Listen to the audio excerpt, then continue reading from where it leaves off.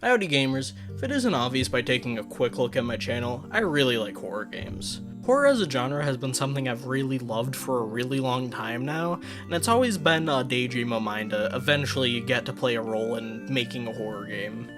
I also know that I'm not alone in that dream, as some of the best horror games that have come out in the past couple of years have been made by small teams that are just passionate about what they want to create.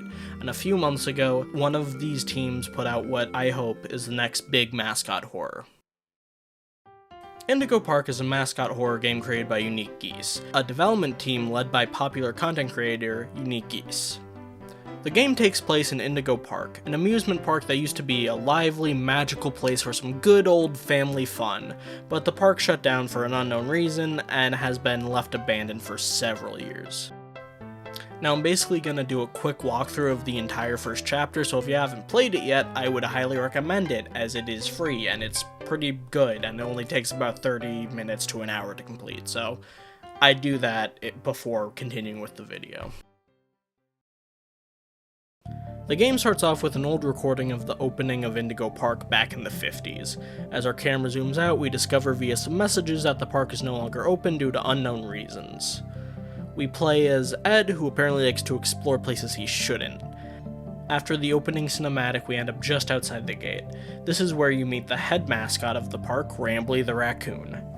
Ramble's pretty excited to have a guest at the park after 8 years and welcomes you with open arms. After fixing up an old generator, you enter the park and gain access to a critter cuff. Critter cuffs being Indigo Park's version of those Disney wristbands you can get, and for Chapter 1, your cuff mostly acts as a way to unlock areas. After some more talks with Ramble, you get on your first ride, Ramble's Railroad. This ride acts as a way to introduce the other mascot characters at Indigo Park, Molly Macaw, Finley the Sea Serpent, and Ramble's favorite, Lloyd the Lion. Halfway through, the ride stops and needs repair. In this area, we see a fifth mascot known as Salem the Skunk. We don't really get any information on Salem, and we only see her in one other area in the game. After the ride, you're prompted to enter Jetstream Junction, which is an area themed around Molly Macaw. Before entering, you have to unlock the area with a key, the key being in the back of Lloyd's theater. In the theater, you see Lloyd a few times, but he's not really a threat. After grabbing the key, you try to leave, but Lloyd wants to say hi and maybe some cuddles. But sadly, your critter cuff sends out a loud, high-pitched noise which scares Lloyd away. Sorry Lloyd, no cuddles today. Finally, entering Jetstream Junction, you sadly can't go on the rooftop races ride, as it has been completely destroyed. So instead, you head down to the landing pad, which is your typical children's play place. After solving a puzzle, you get chased by Molly through the play area and all the way to the staff area. Once inside a staff-only room, Molly gets decapitated, and Ramble apologizes for bringing you into this and basically ignoring all the damage done to the park. But luckily for Ramble, he has access to the repair database, and with your help, he can get the park back in working order. After that fun conversation, Chapter 1 ends at the entrance of Oceanic Odyssey, which is Finley's area. Also, the credits are really nicely animated and have a fucking banger of a song that has no reason to go as hard as it does. At Indigo Park, more than my remarks are mysteries, even I don't know what we might find. Okay, now with that recap out of the way, I want to go over something that I'm really passionate about when it comes to horror games, and that is the small/fine details. There are a lot of things most players will miss in their first playthrough, and I'm not just talking about the collectibles. Something that I missed on my first 3 playthroughs of Chapter 1 was the fact that the statue's head actually moves to follow you in the entrance of the park, which is a really neat small detail. Another thing most players miss is the fact that Molly is following you throughout the entire game, and I'm not talking about seeing her in one of the photos at the end of Ramble's Railroad, or the few times it's practically impossible to miss her. Believe it or not, but Molly is following you from the moment you step into the park.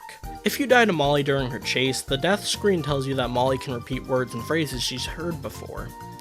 After Ramble tells you about critter cuffs, you can actually hear Molly repeat the phrase, "set up." Head in there and I'll get you set up. Then, when entering Ramble's Railroad, you can see her for a brief moment, but most people catched that. What most players didn't catch was all the appearances she made on the actual ride. When you enter Molly's area on the ride, most players end up staring at Molly's cutout, But if you look to the left, you can actually see the real Molly peeking out through a door before hiding away. You don't actually see Molly at all during Finley's section, but at the end you can hear Molly repeat, "closed for repairs." Then, during Lloyd's section, if you just look behind you, whoop, there's Molly. Also, when entering the back of the theater, you can hear Molly say, "Hey." Another small detail with Molly is during her death screen, she says one of 7 lines, 4 of them being repeats of lines heard before during the train ride, one of them being a pretty standard saying, and the last 2 being a little concerning. Because so many of these details are missed by most players during their playthrough, these kind of feel like Easter eggs, but they're technically not. But Indigo Park does have a few actual Easter eggs. If you enter the dining area of Jetstream Junction, there's 2 different soda fountains. One of the fountains has some funny names like Kohler, Diet Kohler, Dr. Muncher, and Diet Water, but the other fountain has some names that are actually references to some of the playtesters and staff on the game. Seeking Soda is a reference to Seek Stuff, Lyrical Wrecked is a reference to Rec D, who did a lot of the voice acting and music stuff, Astral Blast is a reference to Astral Spiff, who was a playtester and friend of Mason, Soda being a reference to Yeah, Bubbles Barron is a reference to David Barron, who was a playtester and friend of Mason, and finally Neutron Blast, which is of course a reference to Jimmy Neutron. As we all know, Jimmy Neutron was one of the biggest inspirations for Indigo Park. Okay, it's actually a reference to Jake Neutron, who helped out a lot in the development of Indigo Park. As for other Easter eggs, at the start of the game you can find the UniqueGeese logo as a part of the graffiti, as well as a little bit of foreshadowing. You can also find this poodle plush, which is a reference to the game Playtime with Percy. There's another reference attached to a collectible, this one being the Rambly mask. If you ask Rambly about it, he finds an audio log, which has a reference to Day Shift at Freddy's. Yeah, think it'll put us out of a job? I think so. Old sport. And right after... It has to be somebody, old sport, better him than us. And finally, in Rambleberry Rush, if you fall down into one of the holes, you can actually find Molly locked up in a cage before the screen glitches out. Now, I have no idea what this might imply lore-wise, but could be connected to the "get back into your cage bird" line. Alright, references aside, here's a bunch of actual small details that I really like. At the start of the game, you can find these posters hanging on the wall, but 2 of them are knocked down. The 2 we can't see are most likely posters for Lloyd and Salem, as there's 5 posters and 5 mascots. When entering the first section of Rambly's Railroad, you can see this photo of Rambly and Lloyd together. This could have some lore implications, and personally I kinda like the theory that Rambly and Lloyd used to be a couple. In the theater, you can find this piano that plays an instrumental version of the Indigo Park theme song.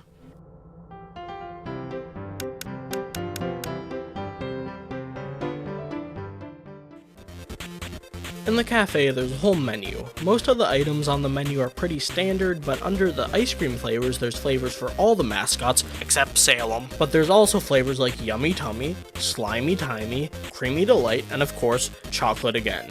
Plus, you can also see some of the bakery items are still on display. It just kinda sucks that most of them are the same rotting pastry asset.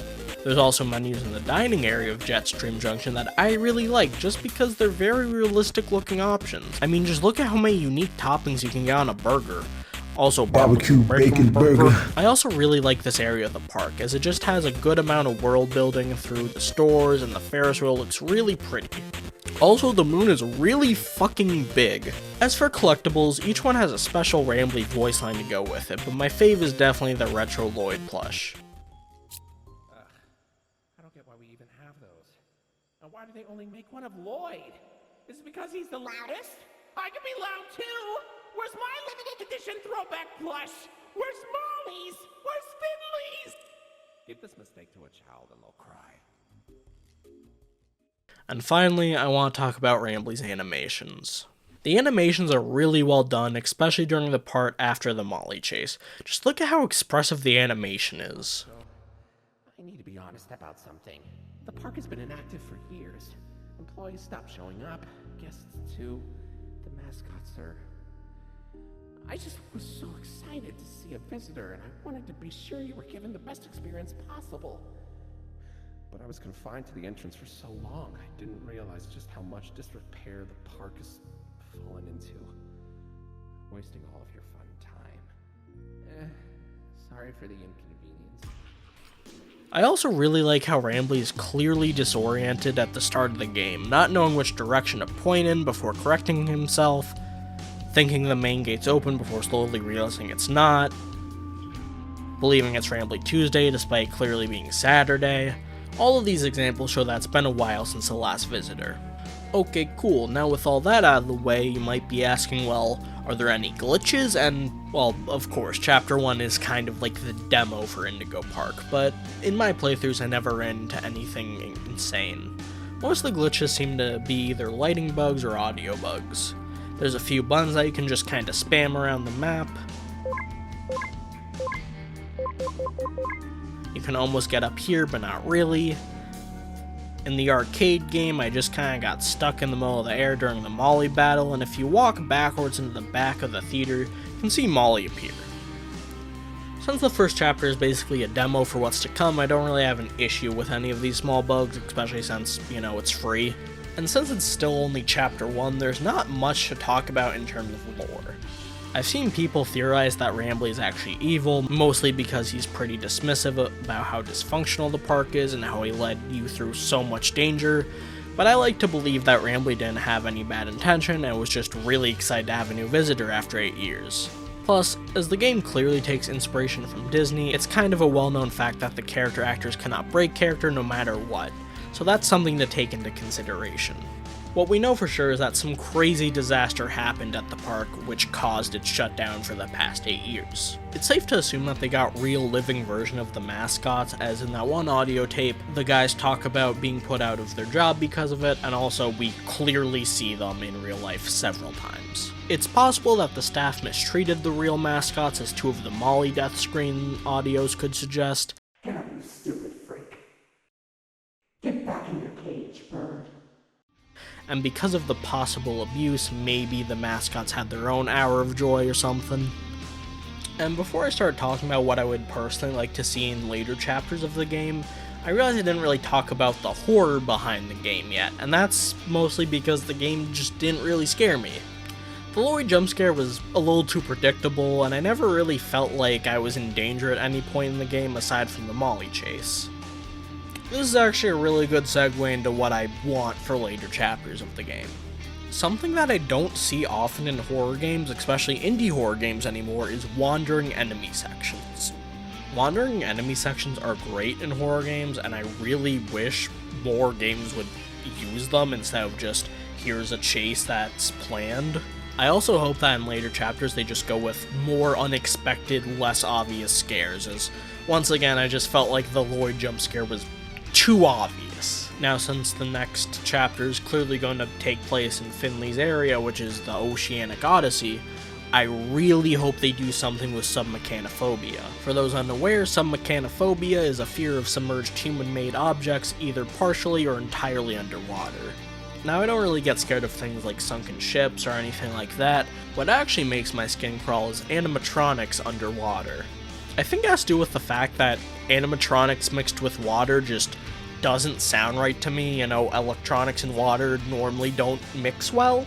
I also really dislike how some animatronics have like a track that's under the water, and the thought of getting like your foot stuck in there and being stuck and like having your foot crushed by an animatronic while you're drowning is just, I really hate it. If the idea of that is somewhat interesting to you, I know that several theme park channels have videos talking about submechanophobia, so I'll leave at least one of them linked in the description.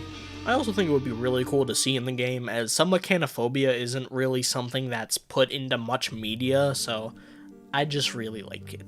I also want to see more world building in the game, and I want to see more horror that's revolved around rides. Considering the game takes place in an abandoned amusement park, I would really like to see just more horror that takes advantage of that, Like, it would be cool if you had to try and escape a mascot while you're running on, like, roller coaster tracks and you have to try and dodge the coasters as they fly by. Like, I think that would be a really cool addition. One of the biggest reasons I like Indigo Park so much is the theme of an abandoned amusement park being turned into horror is just something I really like. somehow there's very little horror games that are actually centered around the plot of that, which is kind of crazy to me, especially with how popular mascot horror has been in the past few years, as that seems like a pretty big no-brainer. So I really just want the UniqueGeese team to keep using the fact that it's an abandoned amusement park for kids to their advantage.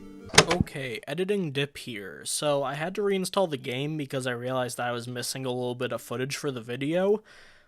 And it turns out that they actually updated the game a little bit, so all of the footage that was recorded for this video was recorded like very shortly after the game came out, but since then they actually updated a lot of the textures and models and some animations. For example, all of the character animations where you interact with things have been updated and they look a lot better now.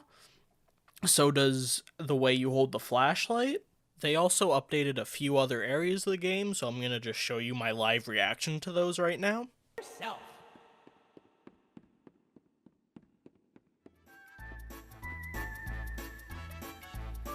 What the fuck, dude? This is completely different. So, what do you think? Pretty fun, right? Now you know all about my friends. And Lloyd. So, where do you want to go? Dude, holy shit, this looks so much better. Wow. I hope they make this merch in real life, because I love giving money to people, and I love not saving money. So I should also point out, the moon is now a reasonable size. No more big moon, guys. They changed. Okay, yep, this is different. This is... Okay, yep, this looks better as well. Goddamn, dude. Can you actually... Hold on, I need to test. Okay, the ball pit isn't better. God fucking damn it.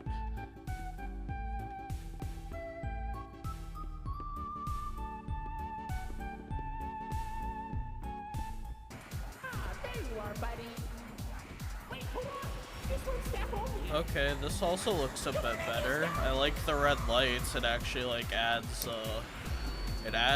it. Did they change the death scene at all? Ooh, your eyes glow. Have your eyes always glown? I don't know. I don't remember. Oh, that's interesting. So they must have copy and pasted like the actual Rambly collectible that you find at the start of the game. So every time you go up to one, it glows as if it's collectible, but it's not actually. I see. Okay, that's kind of funny. Yeah, I don't have it because I just haven't been collecting them. The moon is big again. No fucking way. Let's go, big moon. Perches as far as the eye can see. Does Finley look any different? Really know what? Oh, yeah, I think he looks better now. Oh, I'll have to like go back and check, but he looks better than when I remember. Okay, they also changed this. So Lloyd's poster is up. What I assume is Salem's poster is still down. I could go back in the video and change it, but I'm not going to because I am lazy. Pardon our dust, buddy. Also, oh my god, look, here's Salem's actual thing. Oh my god, they fucking, this looks so good. I'll let you find this one all by yourself. Oh, that's awesome, dude. What the fuck? Oh god, dude, this just looks so much better. Like, I can't get over it. Anyway, I just wanted to point that out real quick, and now here is the actual outro for the video. Anyway, that's really about all I have to say about Indigo Park. The game came out like 6 months ago, and I wrote the script like a month after it came out, and then I just didn't do anything with it because I'm a lazy piece of shit. I've been keeping up to date with what's going on with the development of Chapter 2 on Twitter, and I suggest you do too if you're interested. Speaking of which, you should follow me on Twitter, you know, please any clout. Also, it's clear that a lot of people really like the game, as the Kickstarter went great for them, and I'm kinda sad I wasn't able to get enough money in time, as I did kinda want that art book, as the game has, you know, some really awesome art, and I really would like to see more of it in Chapter 2. Anyway, like if you want, subscribe if you want, I don't fucking care.